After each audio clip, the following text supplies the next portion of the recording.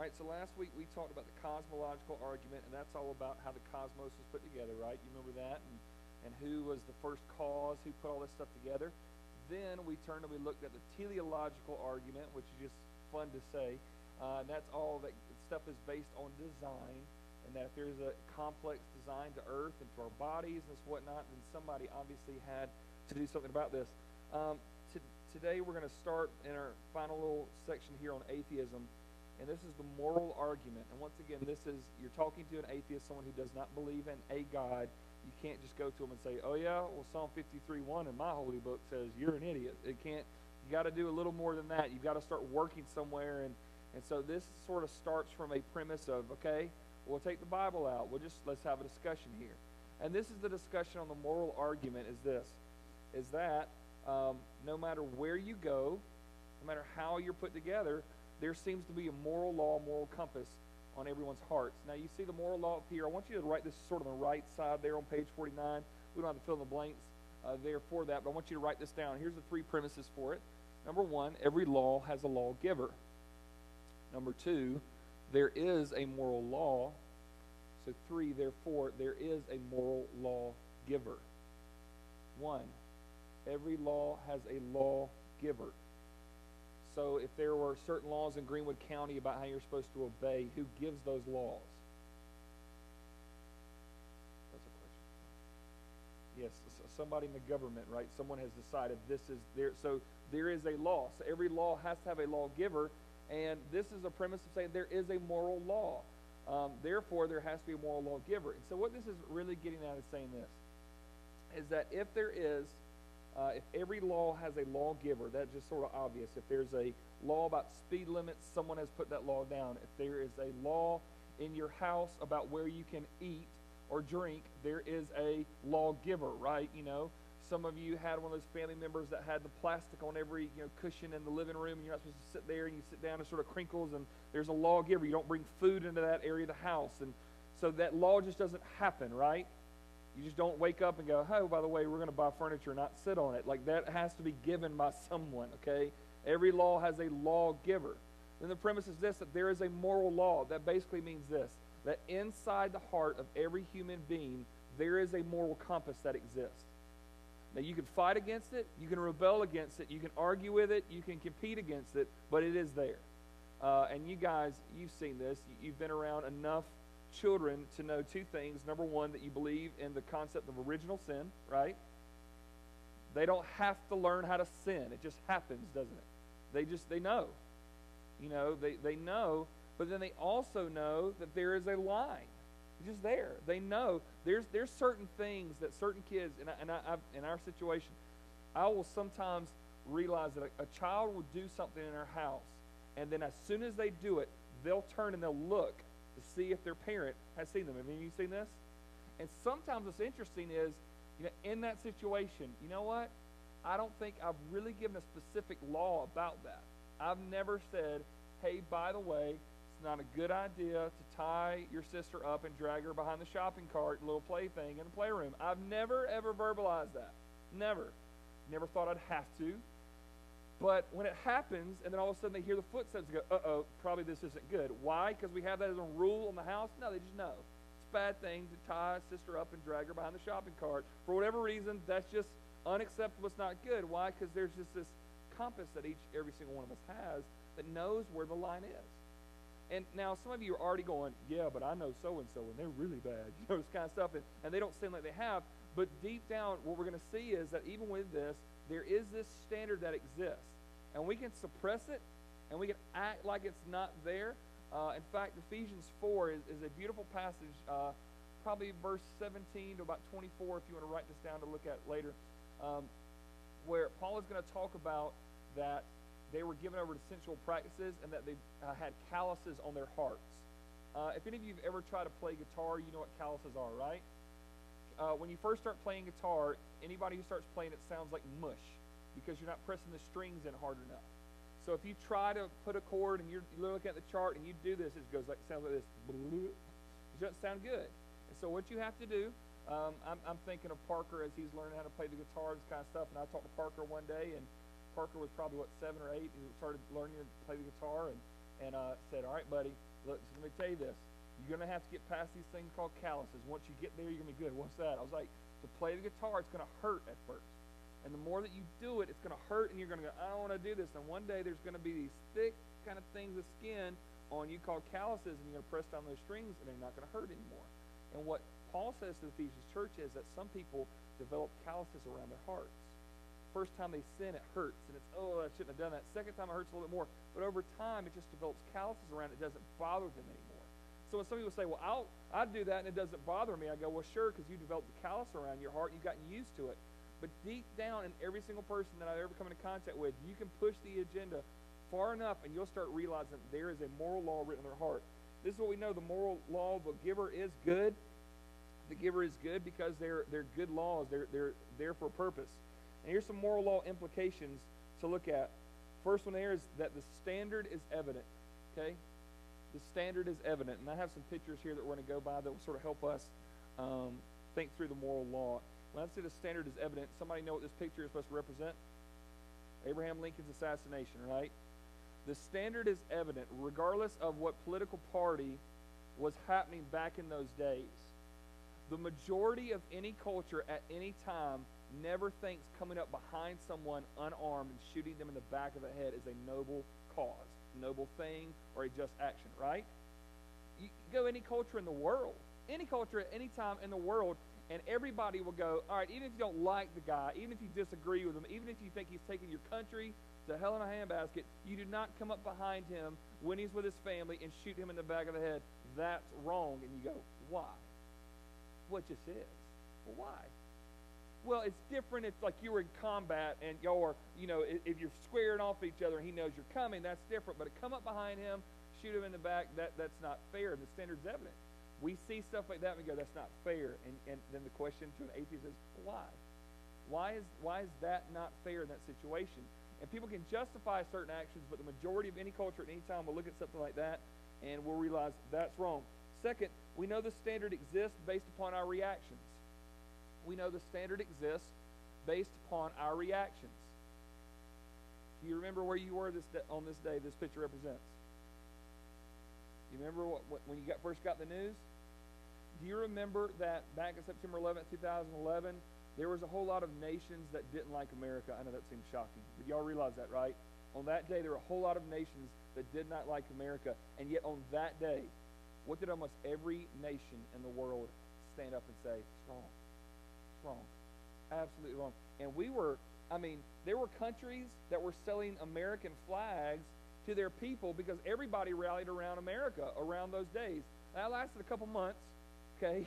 And then it went downhill. But you remember that, right? You remember that countries and world leaders were like, hey, I disagree with you yesterday, but today we are wearing the red, white, and blue, and that's wrong, and we're going to help you find the culprits. And I go, why is that wrong? Because there's some men with religious motivation who thought they were doing the work of God when they flew those planes into these towers. And I go, well, why is that wrong? Well, it's just not right. Those people, and you know it by your reactions. You see something, you go, that's wrong. And everybody, regardless of their religious affiliation, their national affiliation, they looked at it and said, that's wrong, that's evil. And I just wanted to go, why? Somebody tell me why. These people are doing it in the name of God and with the best interest of their country. That's not wrong unless you appeal to what? Some higher standard. Where does that higher standard come? That crosses all types of cultures, all types of languages, all types of boundaries, and even all types of time. How does that happen? 3, it is the basis of human rights. It is the basis of human rights. This picture represents what? Holocaust. And people look back at this time and say, that's wrong. Absolutely wrong, despicable, evil. And I go, but why? Was there someone who thought they were doing the right thing for their civilization and their culture when they did this? Yeah.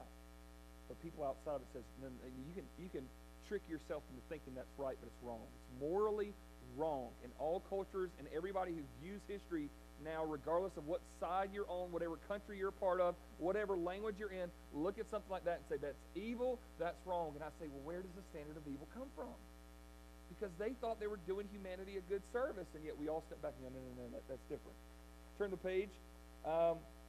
Next, it defines a real difference between moral positions. Let's speaking of the Holocaust, let's just go here. It defines the real difference between moral positions. You know these two figures? Yeah, I do this with college students now, and a lot of them won't know who the figure on the right is anymore. It's just sort of, as she's passed years ago, she's not known as many, but you know who these two people are. When you see the picture on the left, what are some adjectives that you think of when you see that man? Evil. Wow, that's easy. Okay, there you go. Evil. And then you look at the picture on the right, and what do you think adjective comes to your mind? Saint, good, holy, sacrificial. Why? Let me explain something. Both of these people thought they were on a mission from God to do something good for the better of humanity. Right? Right? Yeah, they did. They both thought they were on purpose by God for such a time as this to do certain things for the betterment of humanity, and they were going to leverage their influence and the hours they had of their life to do good for everybody else. And we look at one and say evil, and we look at one and say holy, and I go, isn't that interesting? Because the rest of the world, even people that aren't in a religious context, would say the same thing. And I want to go, why? Because there's a moral law that exists. We just know. That is evil. That's wrong. That's no, that's not anything noble. And yet what she did is noble and wonderful, and other people need to emulate that. And yet it goes, the standard is there. You talk to an atheist, and they would say the same thing. He's evil. She was holy. And I go, why? Tell me why. Because there's something that just tells us there's this line.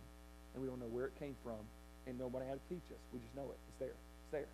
You can't fight against it. Yeah, the extremists. Yeah, the extremists. Absolutely. You're going to get a few just like that, exactly. And so what you do is you look at, say, at the majority position, any culture, any time, what's the majority position? Sort of like that callous argument. I can look at this and say, you know what? I can justify things and slant things a certain way.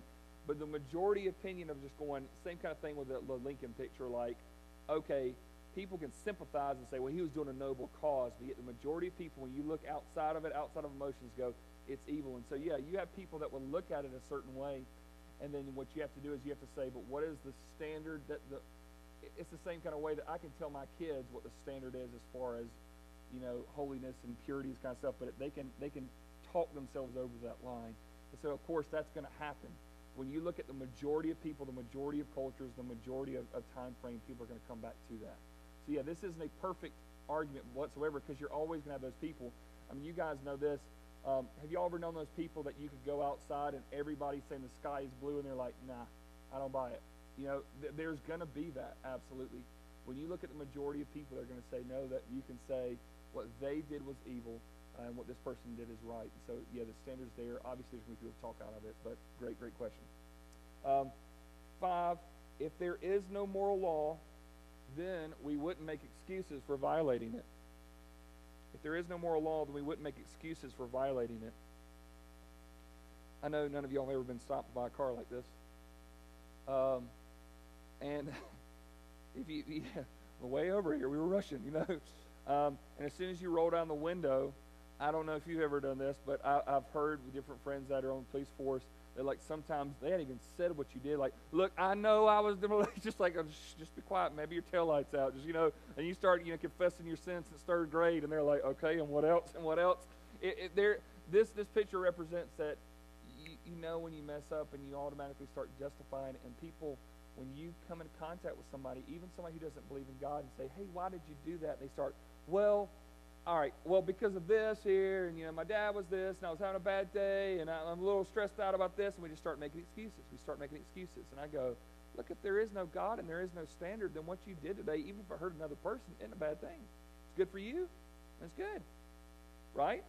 If that we take that line of thinking, that's where it leads us. And so, look at this next section, relativism is insufficient. Relativism is insufficient. What that means is this. That belief that all truth is relative. What's good for you is good for you. What's good for me is good for me. Human beings do not determine right and wrong. We discover right and wrong. Okay? Human beings do not determine right and wrong. We discover right and wrong. Got in a conversation with an atheist one time, and I told him, hey, this is the best way to prove that I believe that you actually do believe that there's a higher law. And he's like, okay, what's that? And I just grabbed his car keys from him, and I started walking out the door. He said, what are you doing? I said, I'm leaving your car. You can't do that. Why not? Because it's not What were we going to say? It's not right. Well, why ain't it right? Well, because that's my car. I said, well, it's mine now. He's like, no, I bought it and because I hard work. I said, well, I have a need right now. I need a ride and I don't have one. So I have a great need right now. So therefore, I have determined in my reality that I need that car more than you do at this moment. So therefore, I'm going to steal your car. That's not right. I said, based on who or based on what? Because there's a standard that says it's wrong. You're stealing. Well, who says stealing's wrong?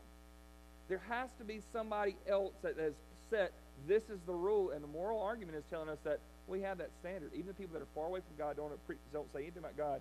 So relativism is just saying what's good for you is good for you. It's just a great question. Like, okay, well, I just, in fact, if you've ever heard a preacher by the name of Bodie Baucham,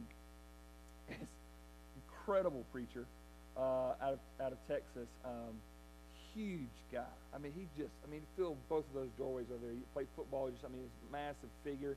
I had got a chance to do some stuff with him when I was in college. I was scared to death of this man because he could just look at you in the eyes and you just know, like, I ain't gonna disagree with you at all. And his line of thinking, I'll say, steal your car keys. He does it in a different way. He goes, anybody tells me relativism doesn't work, you know what I do? I punch him in the mouth. Like, obviously, he's never done this. But he goes, no, just tell them you're going to punch him in the mouth. And they go, you can't do that. And I go, it felt good to me. You know, it's kind of the mentality. And we go, no, it's not right for you to hit somebody. He goes, because you got a standard somewhere. So what's right and what's wrong, and it's all there. And you can suppress it, you can argue with it, but it is there. By the way, that's not your homework for this week. Okay. Next, if we determine morality, anyone could claim to be right and asserting that rape, murder, the Holocaust, or any other evil is not really wrong.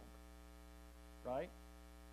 If we determine morality, what's good and what's evil, then anyone could claim to be right in asserting that rape, murder, the Holocaust, or any other evil is not really wrong.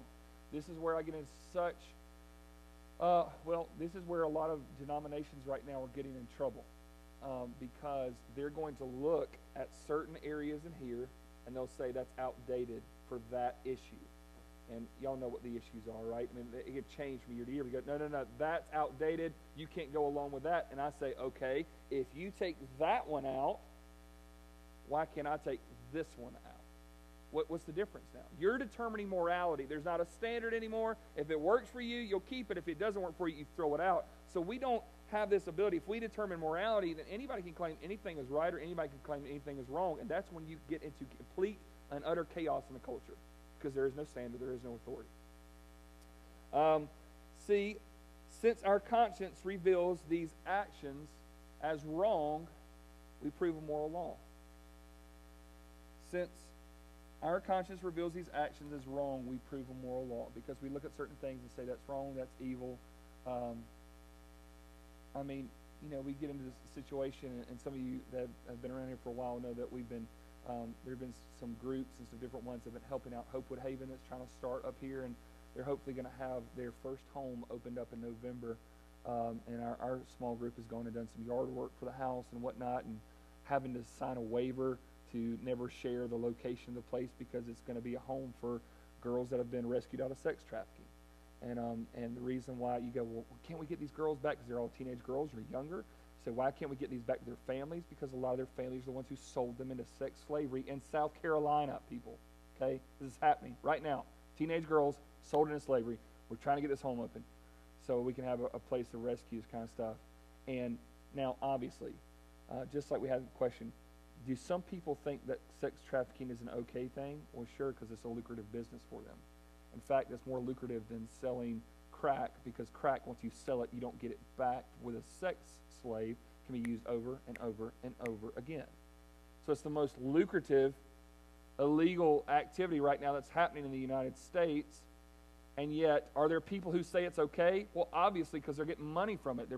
But does the majority of the culture say, oh, that's acceptable? No, the majority of the culture reads it on the news and they just get outraged. It doesn't matter what a religious affiliation. They go, that's wrong, absolutely immoral, that's awful. And you go, because we know, our conscience reveals these actions as wrong, and so therefore we prove a moral law exists. So the moral law's origin is this. The moral law must have a source higher than ourselves because it is prescription that is on the hearts of all people, right? It's got to be higher than ourselves. It's not on the same plane as us. It's not yours versus mine. It's got to be higher than ourselves because it is prescription that is on the hearts of all people, not just some people. Prescriptions always have what? Prescribers. A moral lawgiver must exist. There's something that the majority of the people in any culture at any given time would say that's wrong. Somebody had put it there. We're not voting on these things. It's there. We just know what certain things are wrong. So the divine standard, let's look at this. The divine standard. The moral law is God's standard of rightness. The moral law is God's standard of rightness. It helps us adjudicate between different moral opinions. So the moral law is God's standard of rightness. It helps us look at different moral opinions and say, okay, but what is right, what is wrong, what is good, what is evil? Without God's standard, we are left with mere human what? Opinions. Without God's standard, we are left with mere human opinions. I think we should do this. Well, I disagree with you. Well, who's right? Who's wrong? Has to be a higher standard. We have to apply to a higher standard. If there is no higher standard, it's all chaos. It's anarchy. It's crazy. C, the moral law is the final standard by which everything is measured. The moral law is the final standard by which everything is measured.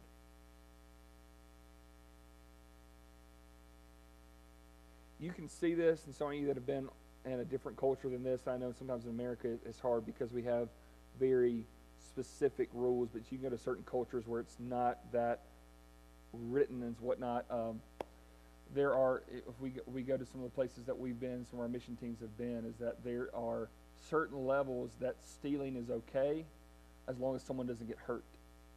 So if there's a need and you're not really hurting anybody, then it's okay to steal a little bit. Like it's stealing with parameters around it. And so you're even sort of going, okay, well, we know this is wrong, but as long as nobody gets hurt and I got a need and you've got some stuff, so therefore, and I don't get caught, it's okay. And so it sort of shows that there has to be something that we measure by. Look at the next line. Even though many hold that morality is relative, core moral values are absolute and transcend culture. While you'll have people in certain pockets in every culture that would think that sex trafficking is an okay and lucrative business, the majority of any culture, any time, will say it's wrong. Why? You would just think that, okay, well, maybe it's up to debate, 50-50, maybe these type of countries, maybe this continent, it's okay. No. Just these certain moral things. If you go to the Ten Commandments, I mean, some of those things, every culture, they go, no, that's crossing the line. That's wrong. That's wrong. Next, moral values are absolute, even if our understanding is not absolute. So that basically means this. The rule is a rule, even if we don't want to justify it or we want to argue against it. And then here's a great test for a moral law. Are you ready? Is there anything you regret? It's a great example or a test for a moral law. Is there anything that you regret? And that's one of the questions that I'll get into with college students a lot of time. Do you ever have anything you regret? They go, well, sure, I got stuff I regret. I go, why? Well, because that summer I did this, and I wish I wouldn't have done that. And I go, why didn't you wish you had done that? Well, because they don't know, they can't verbalize it. They just know I crossed the line. It was wrong, and it was bad, and it caused me pain and caused me strife, and I think it gave my mom 50 gray hairs. It was wrong. I know that. Why? Not going to church, not having anybody say that. They just know. It's deep down in them. This is where atheists have a problem. Atheists have no authority. Without God, there is no real basis for right and wrong. Without God, there is no real basis for right and wrong. If there is not a higher authority, if we just go to the Agnew household and all 5 of us are all on the same playing level and we all can just vote about things and just determine our own reality, we're going to be eating donuts for every meal, drinking Dr. Pepper right before bedtime. There will be no school time. There will be TV on all the time. Nothing will be picked up, cleaned up, except for my dear wife who will be trying to... If there's no higher standard, it's just chaos. In any kind of organization, whether it's a home, church, a government, or the universe as we know it, somebody's got to be here saying, all right, everybody, this is the standard. This is it. Without it, it's just complete chaos. This doesn't mean that atheists are not moral or don't understand right from wrong, right? I think I said this last week, but a broken clock is right. How many times a day? I know people who are apart from God that do good things. And I go, well, sure. Even a broken clock is right a couple times a day. Yeah, that you can do good. It doesn't mean that you are good. So it doesn't mean that an atheist is a mean person or just an immoral person. In fact, some of you know, you've had somebody say, you know what? I know some atheists that are better than some church people I know. Y'all have had that conversation before? That's a hard one to have. When I go, yeah, me too. But when you really get down to it, that there's no standard in that. You're not saying that they're awful people, but you are saying there's no standard there. Atheists have morals because the moral law is written on their hearts. If they do good, it's not because they're not saying, well, I don't believe God. It's just because God's already put that law in their heart. They know. They know. And they're applying to a standard, but they're not labeling that standard. It's there. They don't know why. They just do it. They stay in line. They try to keep some rules, whether it's for reputation's sake or whatever. And then our last line here is, without an objective claim to right and wrong, they are unable to justify belief. Without an objective claim to right and wrong, they are unable to justify belief. And so when you have someone who is an atheist and saying they believe there is no God, you look at it and say, okay, where's the first cause of the universe? Who started all this? And how are all things put together? And then even just look at our hearts and how we determine morality. And you look and you just know. It's just there are certain standards that are evident, and nobody has to explain it. You just know, and they're there. And so it's a great conversation starter. Once again, if you're talking with an atheist who believes this way, you're not trying to belittle them. You're not trying to argue with them, but you are trying to say, okay, if we can't use this to start with, at least, let's just talk. Let's just talk. Let's just rationalize. Let's just discuss some things. And these are some good tools for your tool belt. Okay? Good? Y'all ready to go to Hinduism? All right. Now, let's go to the polar opposite. And atheism believes in no God, and Hinduism believes that almost everything is a God. Okay? We are going to the complete opposite of where you can get from atheism. Okay? Hinduism is, I put these pictures up here so you sort of see the framework we're going to. That's one picture you're going to see. I'm going to give you another picture for you to think of really quick. When you leave the Family Life Center today, I want you to look right across the street at a house that is right across from the Family Life Center parking lot, and there are tons of trees barricading that entire house. And in that house is a family of Hindus that I've gotten to know. Some of the members of the family, I consider one of them friends, and great people. The only problem I have with the house, and I haven't asked this because I don't want to be weird, but whenever I'm trying to take a left coming towards the church, I'm always afraid I'm going to get hit by a car because the trees are sort of blocking the view now. I don't know if y'all have ever taken that turn. I think the reason why the trees are there is because in Hinduism culture, God is everything. Everything's God. If you think about India, where a lot of these people are going to come from, you don't have a whole lot of property and you don't have a lot of stuff, so just foliage is good. Okay, so green is good and just grow a whole lot. But right across the street from us is Hindu family. There's also another Hindu family that owns, used to be Hyde Park, Minute Mart right down the road off 25. There's a Hindu family that owns that, and really, really nice, courteous, hard-working people. And the reason why I'm getting at this, in the conversations that you have with a Hindu, and a lot of times I'll say, a lot of these conversations I'm going, I don't know how many people you're going to come into contact with. For our across-the-street neighbors from Northside, one of the family members told me one time that sometimes they'll walk around this parking lot in the evening as part of exercise.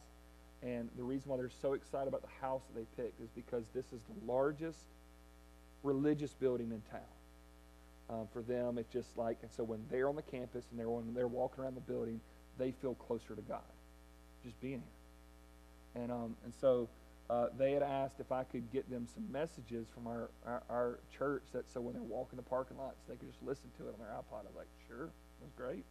So I send them messages, and then they actually came to church a couple times, and I asked, what'd you think? They're like, that's awesome. We loved it. I was like, that's great. That's wonderful. And then continuing conversations. And then one day, literally, I was in Lowe's, ran into them, and was talking to them, this kind of stuff, and blah, blah, blah. They started talking about Jesus before I even brought them up. And I was just like saying something or whatever, and I just asked a question, and they said, oh, I'm Christian. And I was like, what? And I said, when did this happen? They're like, oh, a few months ago. And I was like, really? I was like, what did you tell me? What took place? This kind of stuff. And we just start talking. It's just an incredible thing. And I was like, I'm trying to get the story, and they're just like bouncing off and just saying, so what are you remodeling now? I was like, whoa, let's back up. I just keep trying to go back to Jesus, keep talking about, and they just start going. And then all of a sudden they started talking about a Hindu festival that they were going to be a part of, and I went, wait a minute. I thought you just said you're a Christian. They said, I am. And I said, but you're also Hindu? They said, yeah. And that is Hinduism, right there. Hinduism is a pantheon of gods, and to add one on top of it is no problem at all. You can be Hindu and Christian and Muslim and anything else. It's just, come on, okay, yeah, this one sounds good too.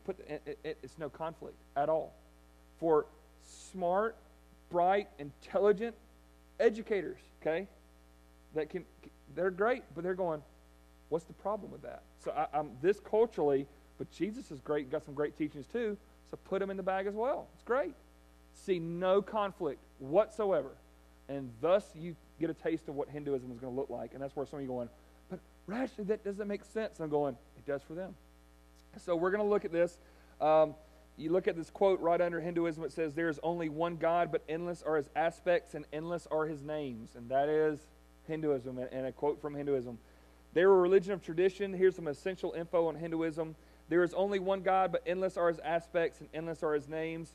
Another quote on Hinduism is one ocean, many names. The whole concept of like, yeah, well, you might say that's the Atlantic Ocean, Pacific Ocean. They all run together.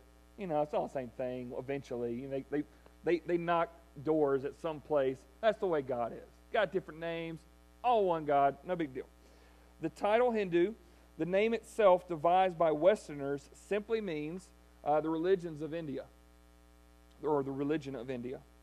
Hinduism is not really a term like Christianity or Buddhism would be. It means the religion of India. And you go, what is the religion of India? It's Hinduism. And it can change from house to house. There's not a whole lot of standards except for, we'll talk about the standards in a second. Buddhism and Jainism are offshoots of Hinduism, and some see as a heretical version of Hinduism. We're going to start getting into Buddhism next week, and Buddhism starts their origins in Hinduism, but sort of go, well, you can maybe believe in gods or maybe not. It really doesn't matter, but they're a part of it. So some would say they're heretical. Some don't really care. They're just sort of like, okay, that's cool. Here's some basic beliefs. Hinduism is so vast in beliefs, the only essential criteria is this. Regard the Vedas, which are early sacred writings, as divinely inspired and authoritative. So regard the Vedas. We'll read a little bit from the Vedas a little bit. Number 2, accept the caste system. Accept the caste system.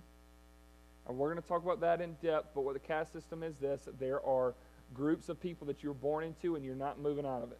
Okay? You are this level of culture and you can't go up here and you can't go down here, but that's it. So that's number 2.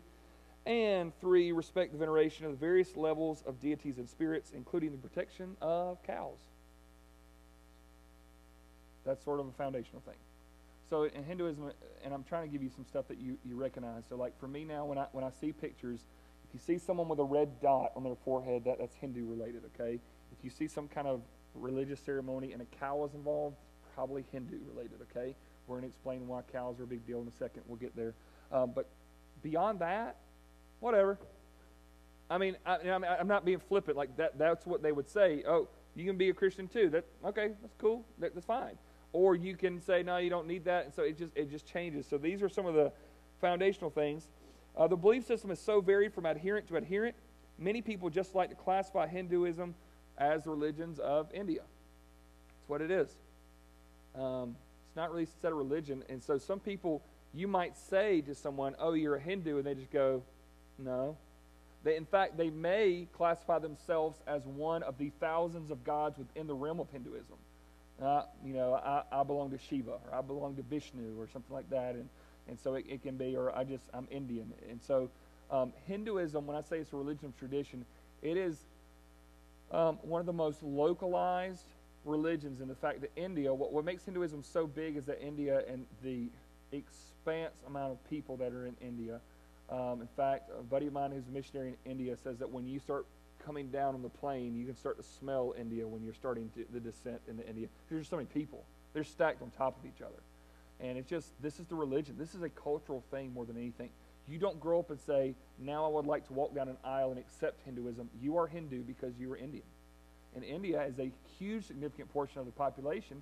And there's a lot of Indians that come through that are very bright, very educated, very dedicated, and they're moving to America and all kinds of different places in the world. In fact, If any of you are like me and my wife and really enjoy watching the Scribs National Spelling Bee, you notice who always wins recently? Yeah, it's kids that are Indian from nature. They are hard-working, smart, educated, just sort of, we're going to stay in our lane and do our thing, but they can spell like crazy. I mean, they're good. And so the culture is starting to spread, and so in fact, you're going to see a lot of more of doctors and educators that are Indian in nature, and you're not going to be like, well, I can't, where are all these coming from? It's a booming population. Here's the origin of Hinduism, which, by the way, if you ask if there was somebody who's a Hindu and say, well, what's the origin? They wouldn't say there is an origin. They say that Hinduism is eternal. They believe that Hinduism is the oldest religion because it is eternal, like the universe is eternal, okay?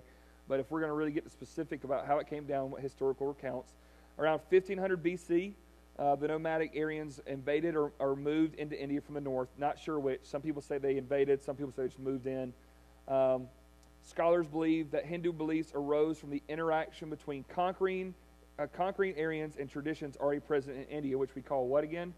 Syncretism. So they took this group that moved into India and what was already sort of localized there, and they just sort of combined together, and thus Hinduism was born. And so it's just sort of two worldviews sort of colliding, next door neighbors, and oh, you do what? Oh, that's pretty interesting. And they start practicing that, and they start practicing that, and eventually over the years this new thing is born. But there's no standard. There's not, this is what some people look at Hinduism and criticize them as like, you don't have a leader. There's not this person, and they'll sort of use it as a bragging point and go, well, it's eternal. It's not based on Jesus the Christ or Muhammad or Mahatma Gandhi. It's not that. It's eternal. It's always been. And so there's not this person because it's just a hodgepodge that sort of came together. Since Hinduism arose from no single person or institution, adherents claim that the religion is eternal and unchanging. Since there's no specific person, they say it's eternal and unchanging. So let's look at the Hinduism goals. There are 4 stages of life, also known as the ashrama. 4 stages of life. Stage 1 is this. You become a student. Okay? Stage 1 is you're in a student stage. Ashrama, the 4 stages of life. Number 1 is student. Second stage of life is a householder. No longer a student. You get yourself a little house. Maybe a high-rise apartment in India. Stage 3, you become a forest dweller. That sounds fun for some of you guys. Forest dweller denotes the time of contemplation. It normally happens after the birth of a first grandchild. So you start off as a student. Then you become a householder. So you own a house. You start developing a family.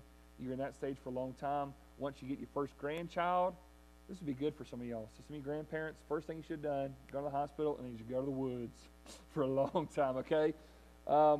You're a forest dweller, denotes a time of contemplation after the birth of first grandchild. This isn't retirement, really. This is more like, hey, I've reached this place, and now I'm sort of entering this new stage of life. And the 4th stage is this. You are a wandering holy man, which is also known sometimes as a sannyasin or an ascetic. You're a wandering holy man.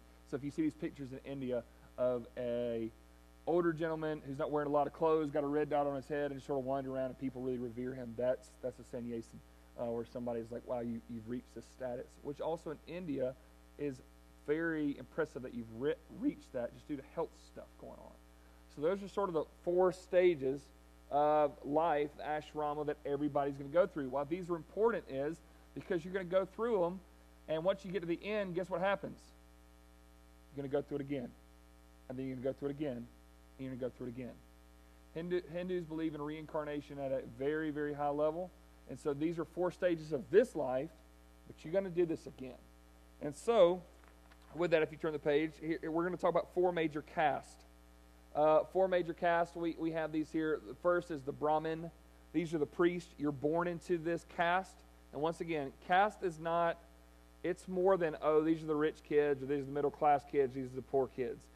Caste system in India, it's very interesting because it's now become a cultural argument about what's accepted and what's not. And like, well, that's wrong, and that's demeaning, and they go, this is our way of life, and this is, our religion. And so there's 4 major categories. There's a whole lot of subcategories, but these are the 4 major ones. Brahmin, your priest, you're born into. Second, this one's hard to say, Kshatriya, which are warriors and administrators, so they have sort of a second step. then the Vaishyas, farmers, merchants, teachers, artisans, and then the Sudras, which are servants or laborers. Now, if you look on our little triangle here, what they're going to show you is that there's sort of this top tier. They're the priests. The next one, they're the warriors and rulers. The next are the Sudras. And you see a fifth one, right? The pariah, the Horizontals. And these are called the outcast. The outcasts are also called the untouchables and also called the children of God. The outcasts have to live on the outskirts of the town. They get their clothes from dead people, and they are forced to eat the food that's left over from animals. Okay? And this is a large population in India. And you were born into this family. You cannot get out of this caste. You cannot marry out of this caste. You cannot go up or down on this caste. So if you're born here, you're stuck here until what? You die. And then maybe, if you've done well enough, you go up one. And then maybe, if you do well enough, you go up one. But if you do bad, what happens? You're going to go down. So there's this huge, huge goal to say, okay, let me do good in my life. And so when someone gets of age and they realize I'm an outcast, well, why am I an outcast? Why am I having to get my clothes from dead people? And why are why were the untouchables and no one can touch us because we're so dirty and unholy? Why is that? And you go, because I was bad last time. I wasn't good enough last time. So if I want to get out of this, I've got to endure this for however many years I'm going to live in this life, but I got to do good enough so at least I'm going to move up the ladder. Now, some of you think, man, I thought my job was sort of overwhelming. It's just going like I'm just trying to retire. Think about this. Think about the level of, I don't know, futility of so much. You're spending an entire life just trying to move up a level. If you do really good, you can move up a couple levels, but we had some technical difficulties with the end of this video, so I'm going to jump in where we believe it sort of cut off.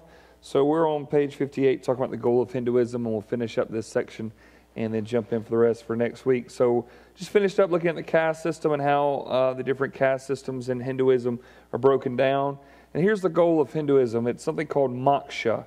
Moksha means release or liberation, okay, as they believe that they are tied in and that they are sort of forced on this wheel of reincarnation and that they are wanting to be released or liberated from that. The goal is to be united forever with the divine, that you are no longer by yourself, but you are united forever with the divine. Once again, the belief is that God is everything, and so sort of the goal is to sort of become one with God at a higher level than experienced before. And also, number 3, to experience infinite bliss and awareness.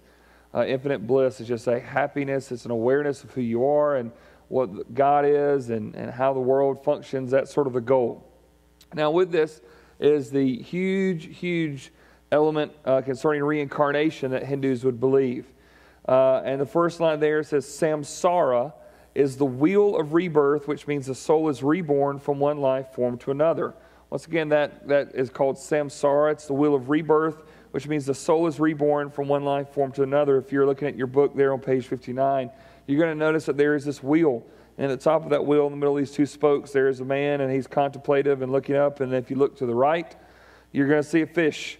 And then you're going to see a tree and a butterfly, and going from there, different life forms. And so this is showing us the wheel of samsara. So if you see a wheel and there's different life forms on it, realize that's a Hindu piece of artwork. And if you look at number 2, it explains what this is. People may be reincarnated at a higher or lower level of existence depending upon their karma from their present life. People may be reincarnated at a higher or lower level of existence depending upon their karma from their present life. And 3, people may be reborn as plants or animals, or they may be elevated to a higher caste as a human. So your karma, the way that you live, it not only, if you're going to come back and be reincarnated, this is the deal, is that you are going to be on this reincarnation wheel, that you're going to continue just to come back and back and back, that after one life, when you die, your soul is immediately transplanted into some other type of life form. If you lived well, you move up in the caste system. If you lived poorly, you move down in the caste system. If you lived very poorly, you're going to even go down below the caste system to some type of animal life form or even a plant life form. And so they believe that all animals and trees have souls, which would also come into play as far as how they treat animals and how they treat life forms and whatnot, this because you're dealing with a soul there of someone. And so they believe that depending upon how you live this life is going to determine what type of life form you come back the next goal. And once again, the goal is to get off this wheel. It's this never-ending wheel. And they're thinking, man, you think this life is hard. Well, if you just continue to live life after life after life, you're wanting to get off this wheel. And to do that is to be able to have that moksha to get released. Line number 4, death is not final for Hindus, as they expect to be reborn many times. And so they don't see death as final. They see it as something as you'll continue to be reborn and move back over and over again. Once again, we're going to look at Buddhism coming next week and the next weeks at least, and start looking at Buddhism. And one of the things that you realize then is that they're an offshoot of Hinduism that sort of went off in a very different direction. But in Buddhism, they believe in reincarnation as well. And as I served as a summer missionary in Japan, we lived in a church, and not every night, but close to every night, we'd hear the train tracks stop. And it was normally based upon a college student who'd be throwing themselves on the tracks to commit suicide, revealing that in their mindset that this life is so difficult, it has to be better next time. And so a lot of people would commit suicide. Japan has the highest suicide rate of any country in the world because they believe that they'll come back and it has to be better than what they're doing with it. So this concept of reincarnation is such a hellacious lie that must be confronted with the gospel. And let's look at karma and dharma really quick. Karma means this. It means action or deeds. Karma is action or deeds. Karma is what you do, and karma is how you live. And yet it explains it this way. Number 2, every action produces a justified effect based upon its moral worthiness. Every action produces a justified effect based on its moral worthiness. So this is the deal. If you do good to someone, good is going to happen to you. If you do bad to someone, something bad is going to happen to you. So, in fact, number 3, karma determines all the particular circumstances and situations of one's life. It determines all the particular circumstances and situations of one's life. So there is no cold, there is no headache, there is no wreck, there is no promotion, there is no compliment that somehow is not based upon the good and the bad that you've done in the past. And so when you receive something good, you realize that there is this idea that you are, at some point, you have been, you've done something good, and now the gods are repaying you, and karma is repaying you, and they're doing something good. And so something bad happens to you, you realize, well, I'm just getting what is due me. In fact, you notice on these slides that we have up here that we have a picture of Earl Hickey, who was the star in the show. My name is Earl, and someone had told me about the show, and they said, hey, you teach world religions. This is all about Hinduism. You need to check this out. And I checked it out, and the first couple of episodes were somewhat clean and funny, and then it sort of got a little raunchy, and so I had to stop watching it. But I will say this, they nailed the concept of so many Americans believe. Not many people in America would say that they're Hindus or Buddhists, but many of them do believe in the concept of karma. The concept of the show was this: Earl Hickey had a lot of bad stuff happen in his life, and somebody introduced him to the idea of the concept of karma. And so what he did was he believed that all the bad stuff that was happening to him was a result of all the bad stuff he'd done in the past. So he made this long list of every bad thing that he could ever remember, and every show was his attempt to cross something off. So if he had made fun of a girl in middle school, he's going to go find that girl and try to encourage her. And so every show he's marking something off that list, and so something good is going to happen to him. And so once again, not a lot of people in America are Hindus and Buddhists. It's not as high as other religions, but there are tons of people who believe this way, and they may look at it and say it's funny, but they do believe that if you do good stuff's going to happen to you. If you do bad stuff will happen to you. The problem with that is that you look at the person of Jesus and see he did complete good, and yet all of our sin was put upon him, and the punishment and the wrath of God. And so you look at Paul, you look at Peter, you look at people who follow God, and yet Job, and bad stuff happens to good people. And yet, in the end, God makes all things right. And so, but this is the belief that karma, all circumstances in life come together like this. And in the last line there, it says Dharma. Dharma is the ethical duty based on the divine order of reality. The word is the closest equivalent to religion. Dharma is the actions that you're going to take to try to counteract karma. And so maybe you've done some bad dharma or some religious deeds that can sort of help you out, sort of getting some more points in your corner to help out so that you're not in so much trouble when you are reincarnated. So Dharma are your attempts and efforts to try to work your way up this. Now, if you turn the page, you'll see we're going to start talking about Hinduism scriptures when we get together next time, and going to start talking about some Hindu gods. I do want you to turn over to page 63. There are some readings there that go all the way to page 79. Before next class, I want you to read these scriptures, and I'm just going to go and be straight with you. You're going to read this, and some of you are going to think, what in the world is even going on? I don't understand this.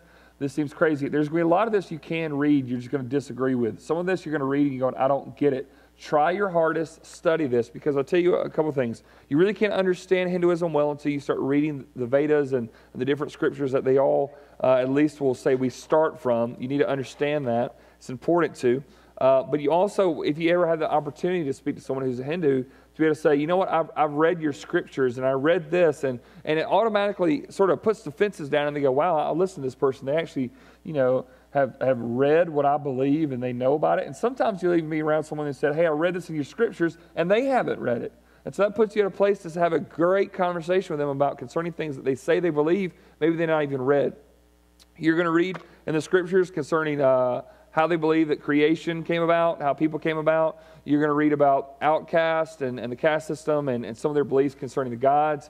And what you're also going to read in there is this really hopeless, ambiguous view of who God and the gods are. It's just sort of a maybe he is, maybe he's not, who knows, we're really not sure, and just very, very hopeless in even some of their own wording. So read that as you're going through, make notes and underline things and try to get your best grasp on this text, and then we'll talk about it next time, and see you next week.